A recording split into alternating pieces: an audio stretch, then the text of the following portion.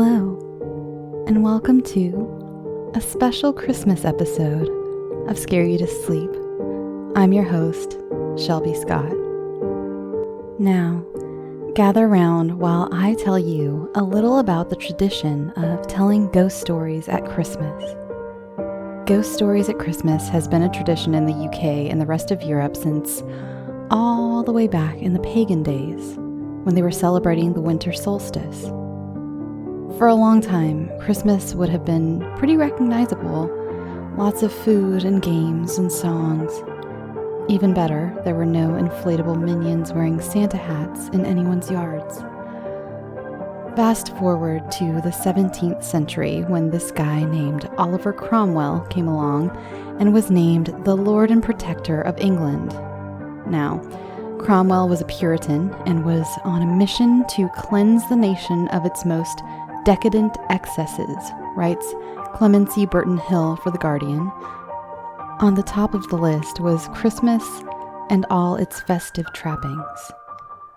So, on December 19th, 1643, an ordinance was passed encouraging subjects to treat the midwinter period with the more solemn humiliation because it may call to remembrance our sins and the sins of our forefathers, who have turned this feast, pretending the memory of Christ, into an extreme forgetfulness of him by giving liberty to carnal and sensual delights.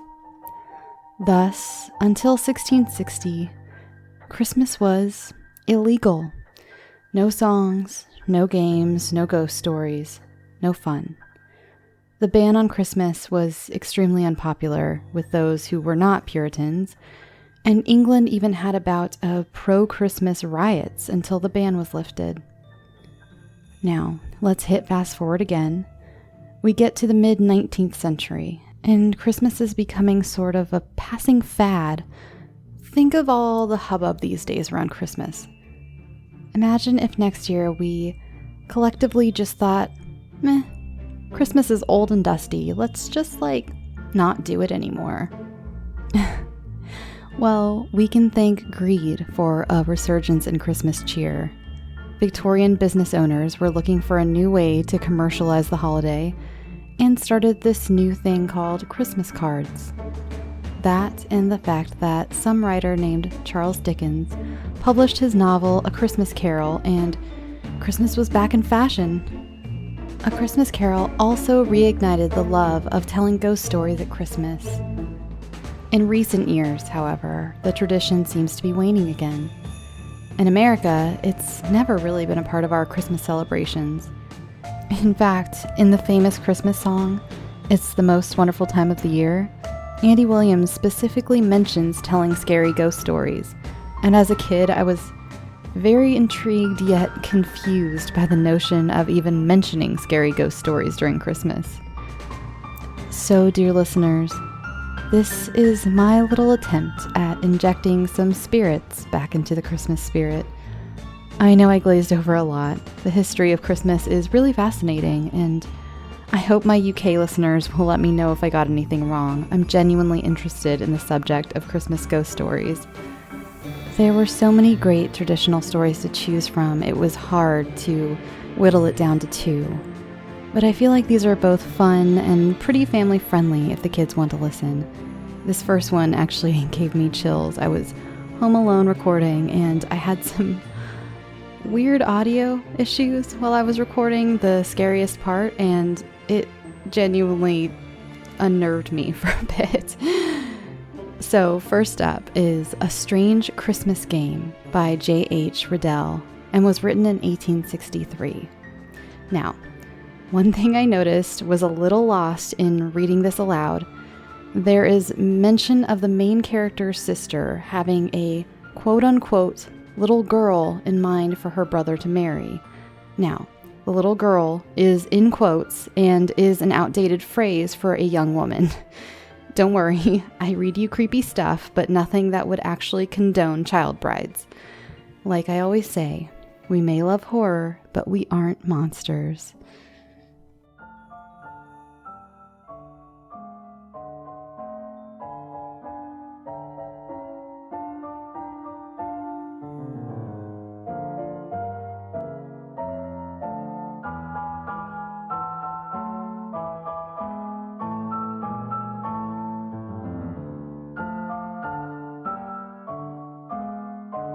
when, through the death of a distant relative, I, John Lester, succeeded to the Martingale estate, there could not have been found in the length and breadth of England a happier pair than myself and my only sister Claire.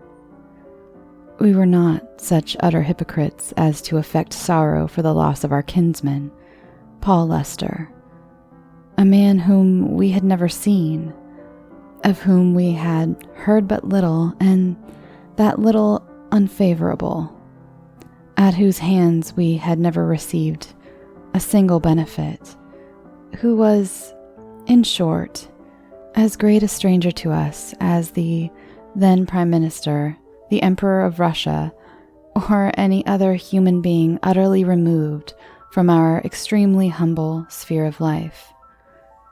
His loss was very certainly our gain. His death represented to us not a dreary parting from one long loved and highly honored, but the accession of lands, houses, consideration, wealth to myself, John Lester, artist and second-floor lodger at 32 Great Smith Street, Bloomsbury. Not that Martingale was much of an estate as country properties go. The Lesters, who had succeeded to that domain from time to time during the course of a few hundred years, could by no stretch of courtesy have been called prudent men. In regard of their posterity, they were, indeed, scarcely honest, for they parted with manors and farms, with common rights and advowsons, in a manner at once so baronial and so unbusinesslike, that Martingale at length, in the hands of Jeremy Lester, the last resident owner, melted to a mere little dot in the map of Bedfordshire. Concerning this Jeremy Lester, there was a mystery. No man could say what had become of him. He was in the oak parlor at Martingale one Christmas Eve, and before the next morning he had disappeared, to reappear in the flesh no more. Overnight, one Mr. Worley, a great friend and boon companion of Jeremy's, had sat playing cards with him until after 12 o'clock chimes, and he took leave of his host and rode home under the moonlight. After that, no person, as far as could be ascertained, ever saw Jeremy Lester alive. His ways of life had not been either the most regular or the most respectable, and it was not until a new year had come in without any tidings of his whereabouts reaching the house that his servants had become seriously alarmed concerning his absence.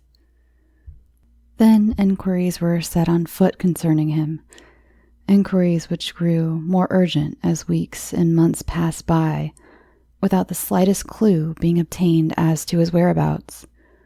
Rewards were offered, advertisements inserted, but still Jeremy made no sign. And so, in course of time, the heir at law, Paul Lester, took possession of the house, and went down to spend the summer months at Martingale with his rich wife and her 4 children by a first husband.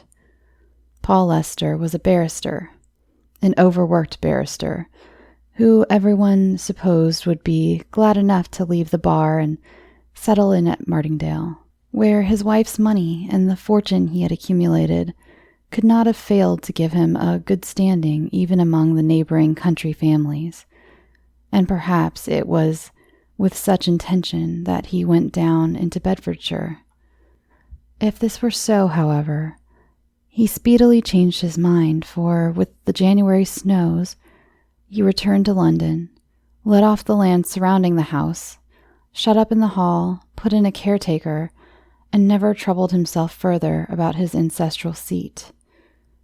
Time went on, and people began to say the house was haunted, that Paul Lester had seen something, and so forth, all which stories were duly repeated for our benefit when, 41 years after the disappearance of Jeremy Lester, Claire and I went down to inspect our inheritance. I say our because Claire had stuck bravely to me in poverty, grinding poverty, and prosperity was not going to part us now. What was mine was hers, and that she knew, God bless her, without my needing to tell her so. The transition from rigid economy to comparative wealth was, in our case, the more delightful also because we had not in the least degree anticipated it. We never expected Paul Lester's shoes to come to us, and accordingly it was not upon our consciences that we had ever in our dreariest moods wished him dead. Had he made a will, no doubt, we never should have gone to Martingale, and I, consequently, never written this story. But, luckily for us, he died intestate, and the Bedfordshire property came to me. As for the fortune, he had spent it in traveling and in giving great entertainments at his grand house in Portman Square. Concerning his effects, Mrs. Lester and I came to a very amicable arrangement, and she did me the honor of inviting me to call upon her occasionally, and, as I heard, spoke of me as a very worthy and presentable young man for my station, which, of course, coming from so good an authority, was gratifying. Moreover, she asked me if I intended residing at Martingale, and on my replying in the affirmative, hoped I should like it. It struck me at the time that there was a certain significance in her tone, and when I went down to Martingale and heard the absurd stories which were afloat concerning the house being haunted, I felt confident that if Mrs. Lester had hoped much, she had feared more. People said Mr. Jeremy walked at Martingale. He had been seen, it was averred, by poachers, by gameskeepers, by children who had come to use the park as a near cut to school, by lovers who kept their tryst under the elms and beeches. As for the caretaker and his wife, the third in residence since Jeremy Lester's disappearance, the man gravely shook his head when questioned, while the woman stated that wild horses, or even wealth untold, should not draw her into the red bedroom, nor into the oak parlor after dark. I have heard my mother tell, sir, it was her as followed old Mrs. Reynolds, the first caretaker, how there were things went on in these self-same rooms as might make any Christian's hair stand on end. Such stamping and swearing and knocking about on furniture, then tramp, tramp, tramp, up the great staircase and along the corridor and so into the red bedroom, and then bang and tramp, tramp again. They do say, sir, Mr. Paul Lester met him once, and from that time the oak parlor has never been opened. I never was inside it myself. Upon hearing which fact, the first thing I did was to proceed to the oak parlor, open the shutters, and let the August sun stream in upon the haunted chamber. It was an old-fashioned, plainly furnished apartment, with a large table in the center, a smaller in a recess by the fireplace, chairs ranged against the walls, and a dusty, moth-eaten carpet upon the floor. There were dogs on the hearth, broken and rusty. There was a brass fender, tarnished and battered, a picture of some sea fight over the mantelpiece, while another work of art, about equal in merit, hung between the windows. Altogether an utterly prosaic and yet not uncheerful apartment, from out of which the ghosts flitted as soon as daylight was let into it, and which I proposed, as soon as I felt my feet, to redecorate, refurnish, and convert into a pleasant morning room. I was still under 30, but I had learned prudence in that very good school, necessity, and it was not my intention to spend much money until I had ascertained for certain what were the actual revenues derivable from the land still belonging to the Martingale estates, and the charges upon them. In fact, I wanted to know what I was worth before committing myself to any great extravagances, and the place had for so long been neglected that I experienced some difficulty in arriving at the state of my real income. But in the meanwhile, Claire and I found great enjoyment in exploring every nook and corner of our domain, in turning over the contents of old chests and cupboards, in examining the faces of our ancestors looking down on us from the walls, in walking through the neglected gardens full of weeds overgrown with shrubs and birdweed, where the boxwood was 18 feet high and the shoots of the rose trees yards long. I have put the place in order since then. There is no grass on the paths.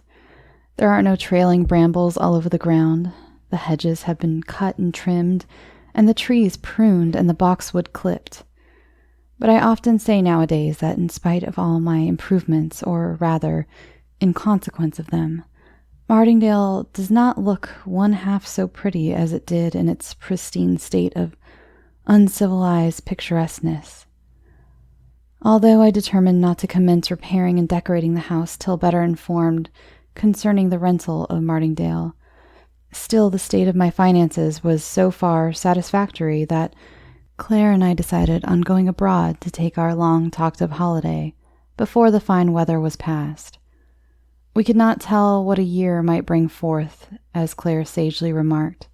It was wise to take our pleasure while we could, and accordingly, before the end of August arrived, we were wandering about the continent, loitering at Rouen, visiting the galleries at Paris, and talking of extending our 1 month of enjoyment into 3. What decided me on this course was the circumstance of our becoming acquainted with an English family who intended wintering in Rome. We met accidentally, but discovering that we were near neighbors in England, in fact that Mr. Cronson's property lay close beside Martingale, the slight acquaintance soon ripened into intimacy, and ere long we were traveling in company. From the first, Claire did not much like this agreement. There was a little girl in England that she wanted me to marry, and Mr. Cronson had a daughter who certainly was both handsome and attractive. The little girl had not despised John Lester, artist, while Miss Cronson indisputably set her cap at John Lester of Martingale, and would have turned away her pretty face from a poor man's admiring glance. All this I can see plainly enough now, but I was blind then, and should have proposed for Mabel, that was her name, before the winter was over, had news not suddenly arrived of the illness of Mrs. Cronson Sr. In a moment the program was changed. Our pleasant days of foreign travel were at an end. The Cronsons packed up and departed, while Claire and I returned more slowly to England, a little out of humor, it must be confessed, with each other. It was the middle of November when we arrived at Martingale, and we found the place anything but romantic or pleasant. The walks were wet and sodden, the trees were leafless.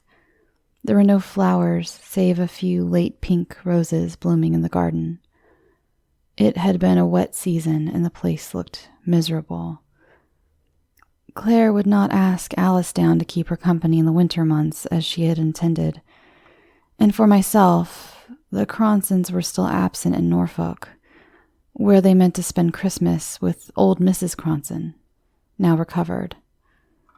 Altogether, Martingale seemed dreary enough, and the ghost stories we had laughed at while sunshine flooded the rooms became less unreal when we had nothing but blazing fires and wax candles to dispel the gloom. They became more real also when servant after servant left us to seek situations elsewhere, when noises grew frequent in the house, when we ourselves, Claire and I, with our own ears heard the tramp, tramp, the banging and the clattering which had been described to us. My dear reader, you are doubtless free from superstitious fancies.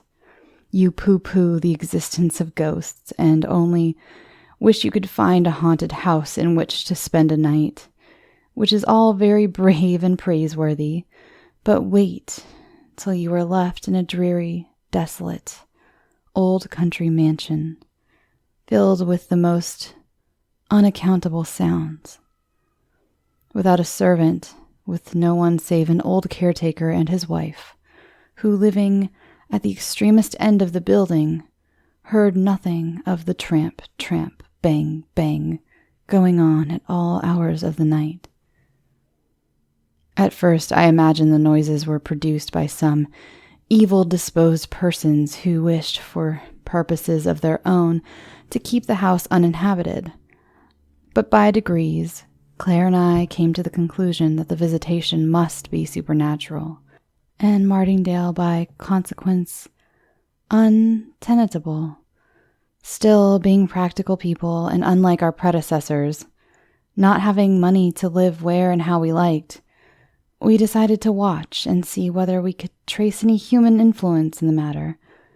If not, it was agreed we were to pull down the right wing of the house and the principal staircase. For nights and nights we sat up till 2 or 3 o'clock in the morning, but just to test the matter, I determined on Christmas Eve, the anniversary of Mr. Jeremy Lester's disappearance, to keep watch by myself in the red bedchamber. Even to Claire I never mentioned my intention. About 10, tired out with our previous vigils, we each retired to rest. Somewhat ostentatiously, perhaps, I noisily shut the door of my room, and when I opened it half an hour afterwards, no mouse could have pursued its way along the corridor with greater silence and caution than myself. Quite in the dark, I sat in the red room. For over an hour I might as well have been in my grave for anything I could see in the apartment. But at the end of that time the moon rose and cast strange lights across the floor and upon the wall of the haunted chamber. Hitherto I had kept my watch opposite the window. Now I changed my place to a corner near the door, where I was shaded from observation by the heavy hangings of the bed and an antique wardrobe. Still I sat on, but no sound broke the silence. I was weary with many nights watching and tired of my solitary vigil. I dropped at last into a slumber from which I was awakened by hearing the door softly open. "John," said my sister, almost in a whisper. "John, are you here?" "Yes, Claire," I answered. "But what are you doing up at this hour?" "Come downstairs," she replied. "They are in the oak parlor." I did not need any explanation as to whom she meant, but crept downstairs after her, warned by an uplifted hand of the necessity for silence and caution. By the door, by the open door of the oak parlor, she paused, and we both looked in. There was the room we left in darkness overnight, with a bright wood fire blazing on the hearth, candles on the chimney-piece, the small table pulled out from its accustomed corner, and 2 men seated beside it, playing at cribbage. We could see the face of the younger player. It was that of a man about 25, of a man who had lived hard and wickedly, who had wasted his substance and his health, who had been, while in the flesh, Jeremy Lester. It would be difficult for me to say how I knew this, how in a moment I identified the features of the player with those of a man who had been missing for 41 years. 41 years that very night. He was dressed in the costume of a bygone period. His hair was powdered, and round his wrists there were ruffles of lace.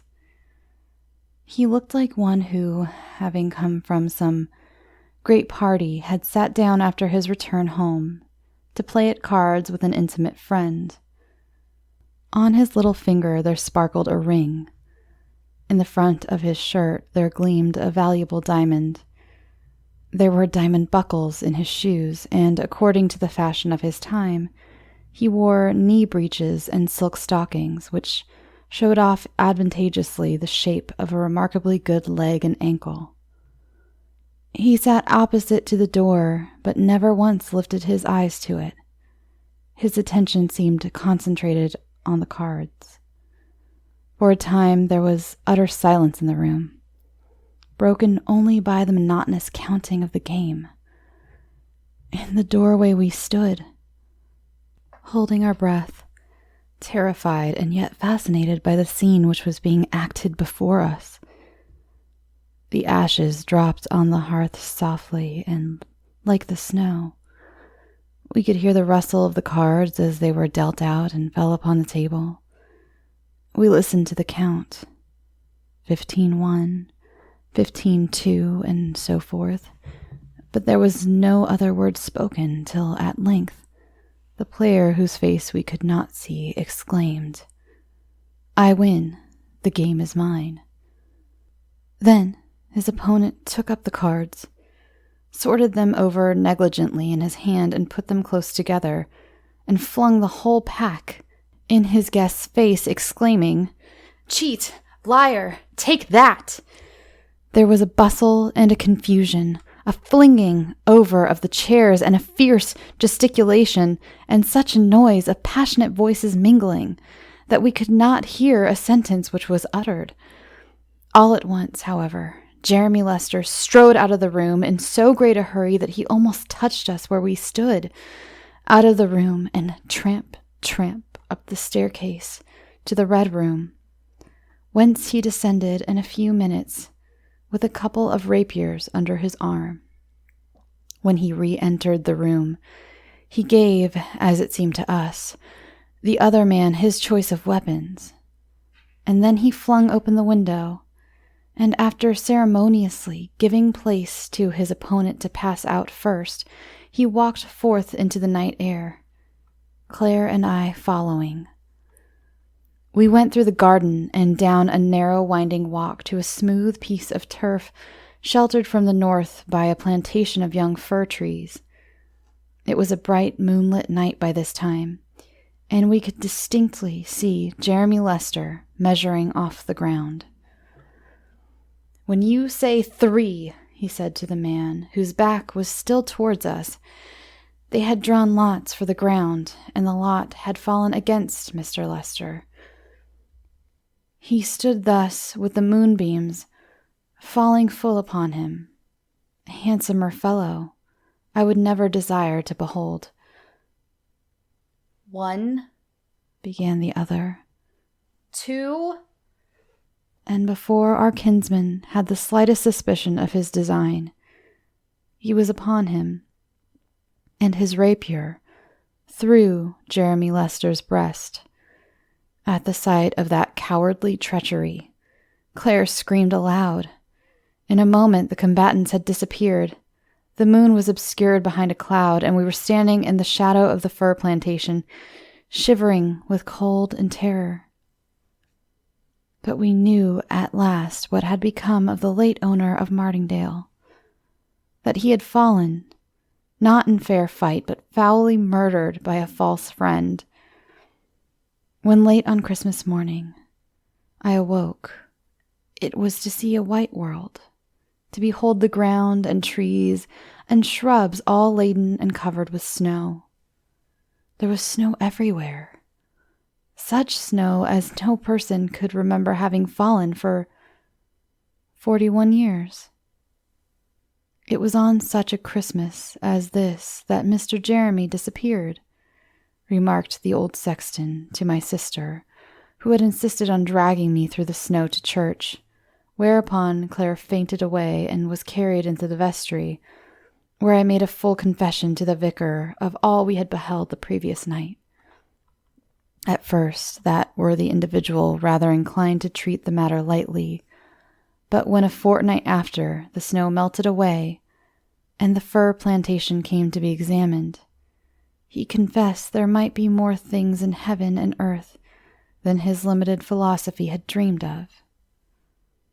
In a little clear space, just within the plantation, Jeremy Lester's body was found. We knew it by the ring and the diamond buckles and the sparkling breastpin. And Mr. Cronson, who, in his capacity as magistrate, came over to inspect these relics, was visibly perturbed at my narrative.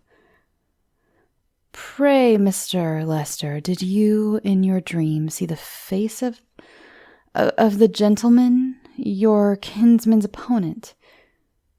"No," I answered. "He sat and stood with his back to us the whole time."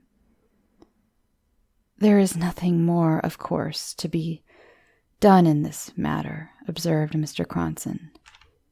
"Nothing," I replied, and there the affair would doubtless have terminated, but that a few days afterwards, when we were dining at Cronson Park, Claire all of a sudden dropped the glass of water she was carrying to her lips and exclaiming, "Look, John, there he is!"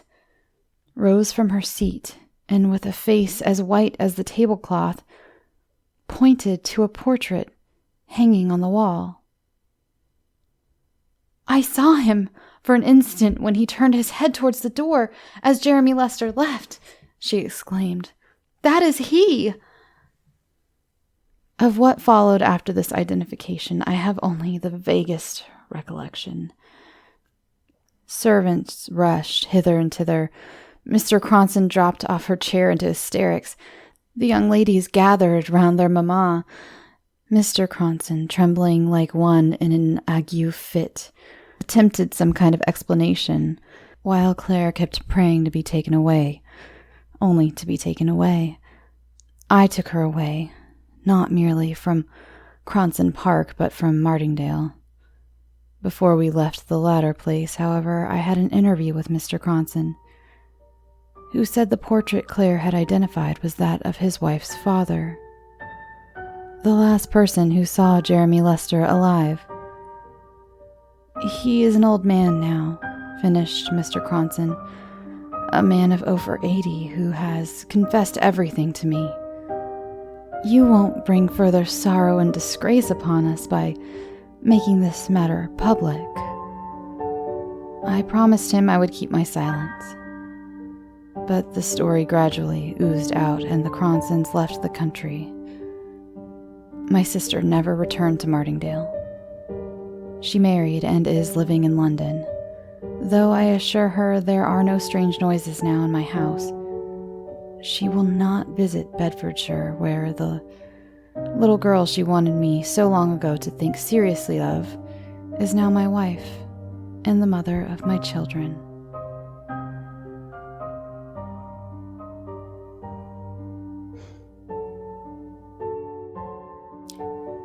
This next story was published in 1931 by A.M. Burrage, and it's called Smee.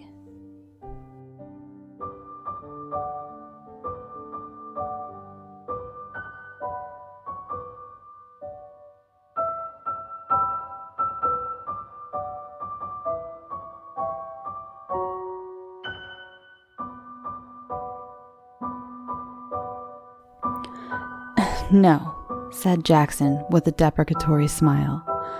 "I'm sorry. I don't want to upset your game. I shan't be doing that because you'll have plenty without me. But I'm not playing any games of hide and seek." It was Christmas Eve, and we were a party of 14 with just the proper leavening of youth. We had dined well. It was the season for childish games, and we were all in the mood for playing them. All, that is, except Jackson. When somebody suggested hide and seek, there was rapturous and almost unanimous approval.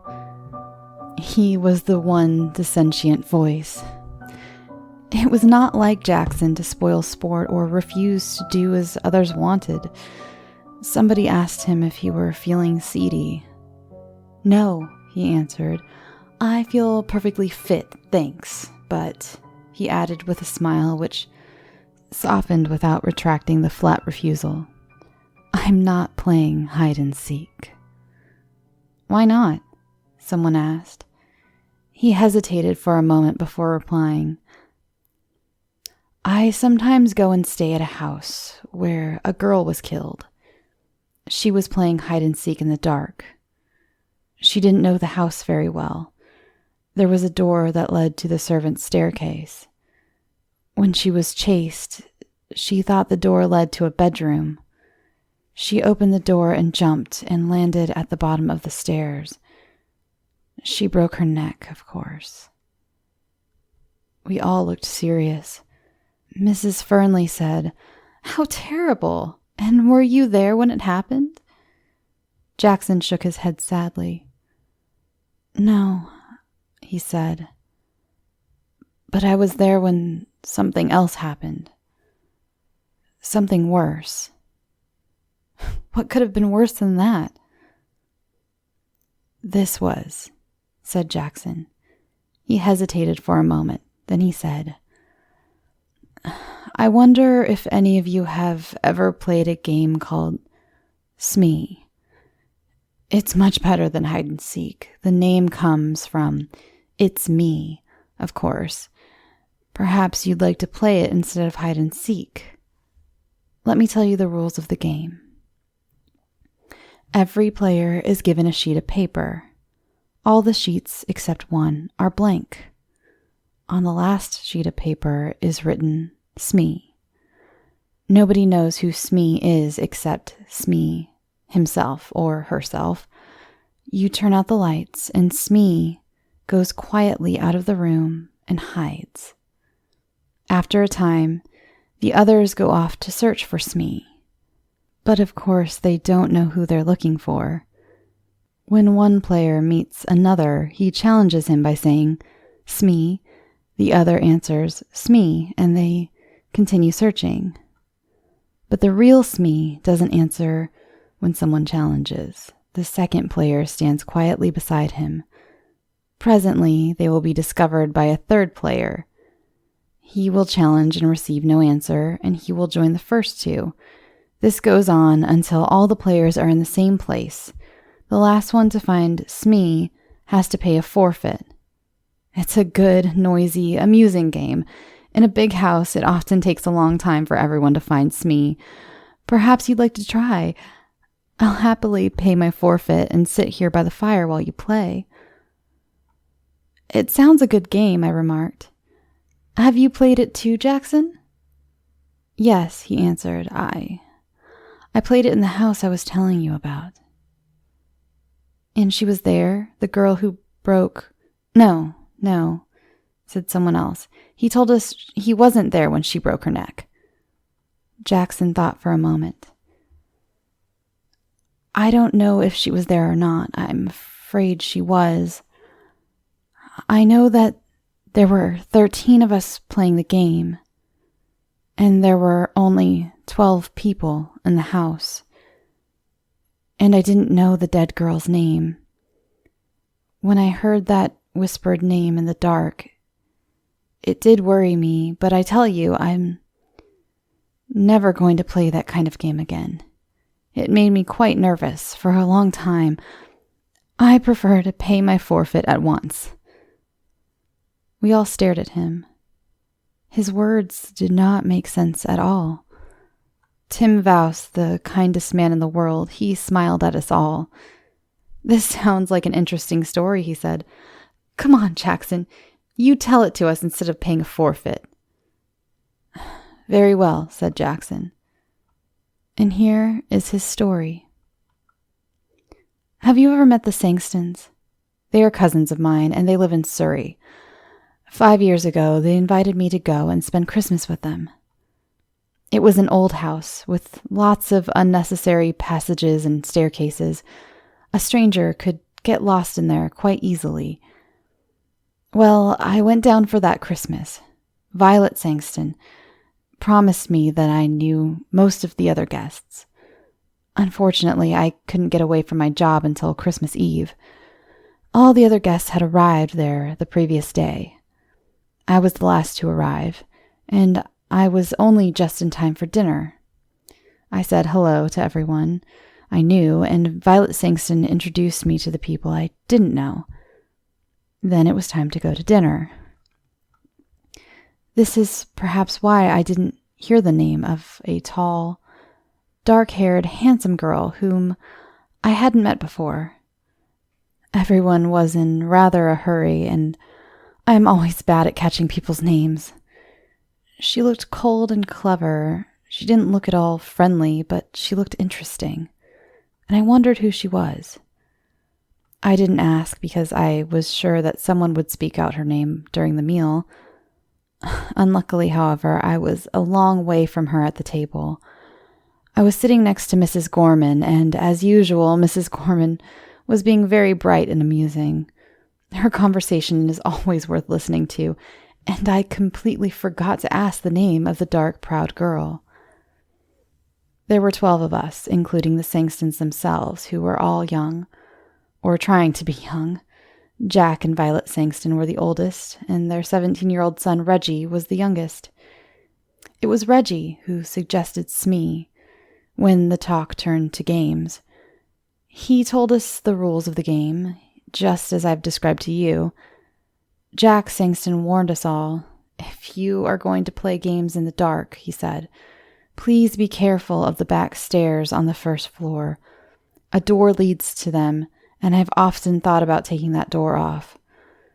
In the dark, a stranger in the house could think that they were walking into a room. A girl really did break her neck on those stairs. I asked how it happened. It was 10 years ago, before we came here. There was a party, and they were playing hide and seek. The girl was looking for somewhere to hide. She heard somebody coming and ran along the passage to get away. She opened the door, thinking it led to a bedroom. She planned to hide in there until the seeker had gone. Unfortunately, it was the door that led to the back stairs. She fell straight down to the bottom of the stairs. She was dead when they picked her up. We all promised to be careful. Mrs. Gorman even made a little joke about living to be 90. You see, none of us had known the poor girl, and we did not want to feel sad on Christmas Eve. Well, we all started the game immediately after dinner. Young Reggie Sangston went around, making sure all the lights were off, except the ones in the servants' rooms, and in the sitting room where we were. We then prepared 12 sheets of paper. 11 of them were blank, and one of them had Smee written on it. Reggie mixed them all up, and we each took one. The person who got the paper with Smee on it had to hide. I looked at mine and saw it was blank. A moment later, all the electric lights were out. In the darkness, I heard someone moving very quietly to the door. After a minute, somebody blew a whistle, and we all rushed to the door. I had no idea who was Smee. For 5 or 10 minutes, we were all rushing up and down passages and in and out of rooms, challenging each other and answering, Smee? Smee! After a while, the noise died down, and I guessed that someone had found Smee. And after a time, I found a group of people, all sitting on some narrow stairs. I challenged and received no answer, so Smee was there. I hurriedly joined the group. Presently, 2 more players arrived. Each one was hurrying to avoid being last. Jack Sangston was last and was given a forfeit. I think we're all here now, aren't we? He remarked. He lit a match, looked up the staircase, and began to count. 9, 10, 11, 12, 13, he said, and then laughed. That's silly. There's one too many. The match went out, and he lit another and began to count. He got as far as 12, and he looked puzzled. There are 13 people here, he said. I haven't counted myself yet. Oh, nonsense, I laughed. You probably began with yourself, and now you want to count yourself twice. His son took out his electric torch. It gave a better light than the matches, and we all began to count. Of course, there were 12 of us. Jack laughed. "Well," he said, "I was sure I counted 13 twice." From halfway up the stairs, Violet Sangston spoke nervously. "I thought there was somebody sitting 2 steps above me. Have you moved, Captain Ransom?" The captain said he hadn't. "But I thought that there was someone sitting between Mrs. Sangston and me." Just for a moment, there was an uncomfortable something in the air. A cold finger seemed to touch us all. For a moment, we all felt that something odd and unpleasant had just happened, and was likely to happen again. Then we laughed at ourselves and at each other, and we felt normal again. There were only 12 of us, and that was that. Still laughing, we marched back to the sitting room to begin again. This time, I was Smee. Violet Sangston found me while I was searching for a hiding place. That game didn't last long. Soon there were 12 people and the game was over. Violet felt cold and wanted her jacket. Her husband went up to the bedroom to fetch it. As soon as he'd gone, Reggie touched me on the arm. He was looking pale and sick. "Quick," he whispered. "I've got to talk to you. Something horrible has happened." We went into the breakfast room. "What's the matter?" I asked. "I don't know. You were Smee last time, weren't you?" Well, of course, I didn't know who Smee was. While Mother and the others ran to the west side of the house and found you, I went east. There's a deep clothes cupboard in my bedroom. It looked like a good hiding place. I thought perhaps Smee might be there. I opened the door in the dark and touched somebody's hand. "Smee?" I whispered. There was no answer. I thought I'd found Smee. "Well, I don't understand it, but I suddenly had a strange, cold feeling. I can't describe it, but I felt that something was wrong. So I turned on my electric torch, and there was nobody there. Now I am sure I touched a hand, and nobody could get out of the cupboard because I was standing in the doorway. What do you think?" "You imagined that you touched a hand," I said. He gave a short laugh. "I knew you would say that," he said. "Of course I imagined it. That's the only explanation, isn't it?" I agreed with him. I could see that he still felt shaken. Together we returned to the sitting room for another game of Smee. The others were all ready and waiting to start again. Perhaps it was my imagination, although I'm almost sure that it was not. But I had a feeling that nobody was really enjoying the game anymore, but everyone was too polite to mention it. All the same, I had the feeling that something was wrong. All the fun had gone out of the game. Something deep inside me was trying to warn me. "Take care," it whispered. "Take care." There was some unnatural, unhealthy influence at work in the house. Why did I have this feeling? Because Jack Sangston had counted 13 people instead of 12? Because his son imagined that he had touched someone's hand in an empty cupboard? I tried to laugh at myself, but I did not succeed. Well, we started again. While we were all chasing the unknown Smee, we were all as noisy as ever. But it seemed to me that most of us were just acting. We were no longer enjoying the game. At first, I stayed with the others, but for several minutes, no Smee was found. I left the main group and started searching on the first floor at the west side of the house. And there, while I was feeling my way along, I bumped into a pair of human knees. I put out my hand and touched a soft, heavy curtain. Then I knew where I was. There were tall, deep windows with window seats at the end of the passage. The curtains reached to the ground. Somebody was sitting in a corner of one of these window seats, behind a curtain. Aha, I thought. I've caught Smee. So I pulled the curtain to one side and touched a woman's arm. It was a dark, moonless night outside. I couldn't see the woman sitting in the corner of the window seat. Smee? I whispered. There was no answer. When Smee is challenged, he or she does not answer. So I sat down beside her to wait for the others.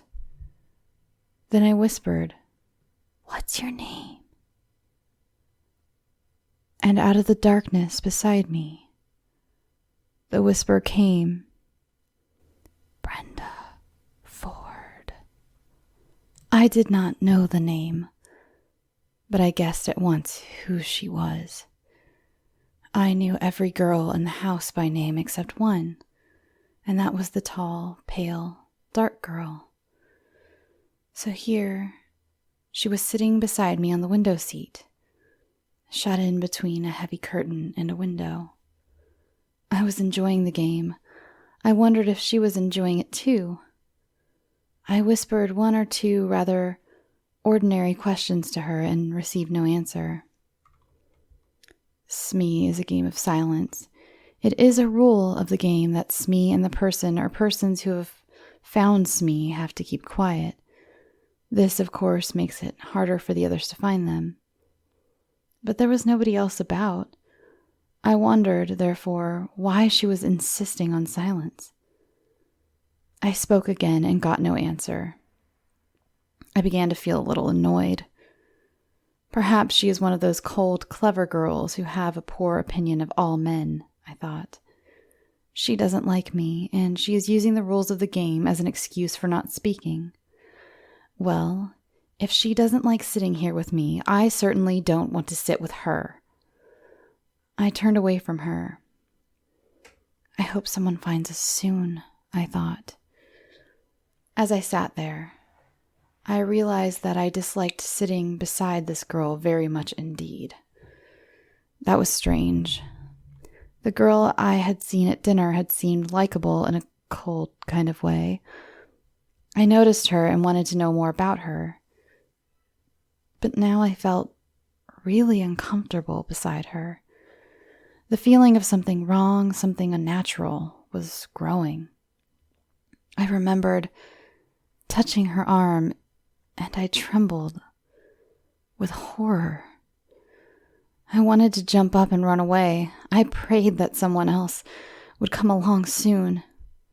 Just then, I heard light footsteps in the passage. Somebody on the other side of the curtain brushed against my knees. The curtain moved to one side, and a woman's hand touched my shoulder. "Smee," whispered a voice that I recognized at once. It was Mrs. Gorman. Of course, she received no answer. She came and sat down beside me, and at once I felt very much better. "It's Tony Jackson, isn't it?" she whispered. "Yes," I whispered back. "You're not Smee, are you?" "No, she's on my other side." She reached out across me. I heard her fingernails scratch a woman's silk dress. "Hello, Smee. How are you? Who are you? Oh, is it against the rules to talk? Never mind. Tony, we'll break the rules. Do you know, Tony, this game is beginning to annoy me a little. I hope they aren't going to play it all evening. I'd like to play a nice quiet game all together beside a warm fire." "Me too," I agreed. "Can't you suggest something to them? There's something rather unhealthy about this particular game. I'm sure I'm being very silly, but I can't get rid of the idea that we've got an extra player. Somebody who ought not be here at all." That was exactly how I felt, but I didn't say so. However, I felt very much better. Mrs. Gorman's arrival had chased away my fears. We sat talking. "I wonder when the others will find us," said Mrs. Gorman. After a time, we heard the sound of feet and young Reggie's voice shouting, "Hello? Hello? Is anybody there?" "Yes," I answered. "Is Mrs. Gorman with you?" "Yes."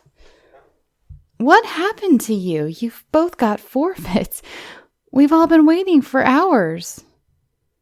"But you haven't found Smee yet," I complained. "You haven't, you mean. I was Smee this time." "But Smee is here with us," I cried. "Yes," agreed Mrs. Gorman. The curtain was pulled back and we sat looking into the eye of Reggie's electric torch. I looked at Mrs. Gorman and then on my other side. Between me and the wall was an empty place on the window seat. I stood up at once. Then I sat down again. I was feeling very sick, and the world seemed to be going round and round. "There was somebody there," I insisted, "because I touched her." "So did I," said Mrs. Gorman in a trembling voice. "And I don't think anyone could leave this window seat without us knowing." Reggie gave a shaky little laugh. I remembered his unpleasant experience earlier that evening. "Someone's playing jokes," he said. "Are you coming down?" We were not very popular when we came down to the sitting room. "I found the two of them sitting behind a curtain on a window seat," said Reggie. I went up to the tall, dark girl. "So you pretended to be Smee and then went away," I accused her. She shook her head. Afterwards, we all played cards in the sitting room, and I was very glad. Sometime later, Jack Singston wanted to talk to me. I could tell that he was rather cross with me, and soon he told me the reason. "Tony," he said, "I suppose you are in love with Mrs. Gorman. That's your business, but please don't make love to her in my house during a game. You kept everyone waiting. It was very rude of you, and I'm ashamed of you." "But we were not alone," I protested. "There was somebody else there. Somebody who was pretending to be Smee. I believe it was that tall, dark girl, Miss Ford. She whispered her name to me. Of course, she refused to admit it afterwards." Jack Singston stared at me. "Miss who?" he breathed. "Brenda Ford. She said." Jack put a hand on my shoulder. "Look here, Tony," he said. "I don't mind a joke, but enough is enough. We don't want to worry the ladies. Brenda Ford is the name of the girl who broke her neck on the stairs. She was playing hide and seek here 10 years ago.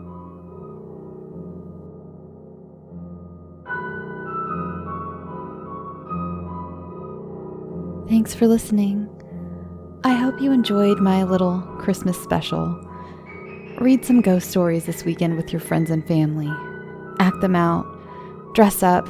Scare the shit out of someone by wearing a dark hooded robe and waking them up at 3 a.m. saying you're the ghost of Christmas future. Now, I know I wouldn't be having as merry of a Christmas without this week's Patreon subscribers. Thank you so much to Christopher Kohler, Matthew Staton, Julie Marzinski, and Christina Tobar. You have my eternal gratitude. Thank you for your support.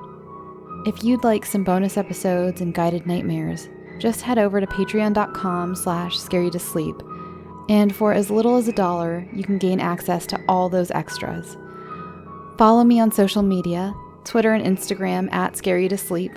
My personal Instagram is Shelby B. Scott. Join the Facebook group to interact with some of the authors I feature and with me. Facebook.com/scarytosleep. Please answer the security question so we know you aren't a sex bot that runs on Bitcoin trying to sell us Herbalife. Christmas Day, I have a fun surprise for you guys. So if you're stuck working or not able to see your loved ones, check my feed and I'll have a little something for you to pass the time. Thank you, Rosemary, for posting the picture of your Scary to Sleep mug on the Facebook group. Feel free to post your own Scary to Sleep merch in the group or tag me so I can put you on the Instagram page. I think that's all for now. Merry Christmas, and whatever and however you celebrate, I hope you have a great time doing it. Now, go get some sleep. Sweet dreams.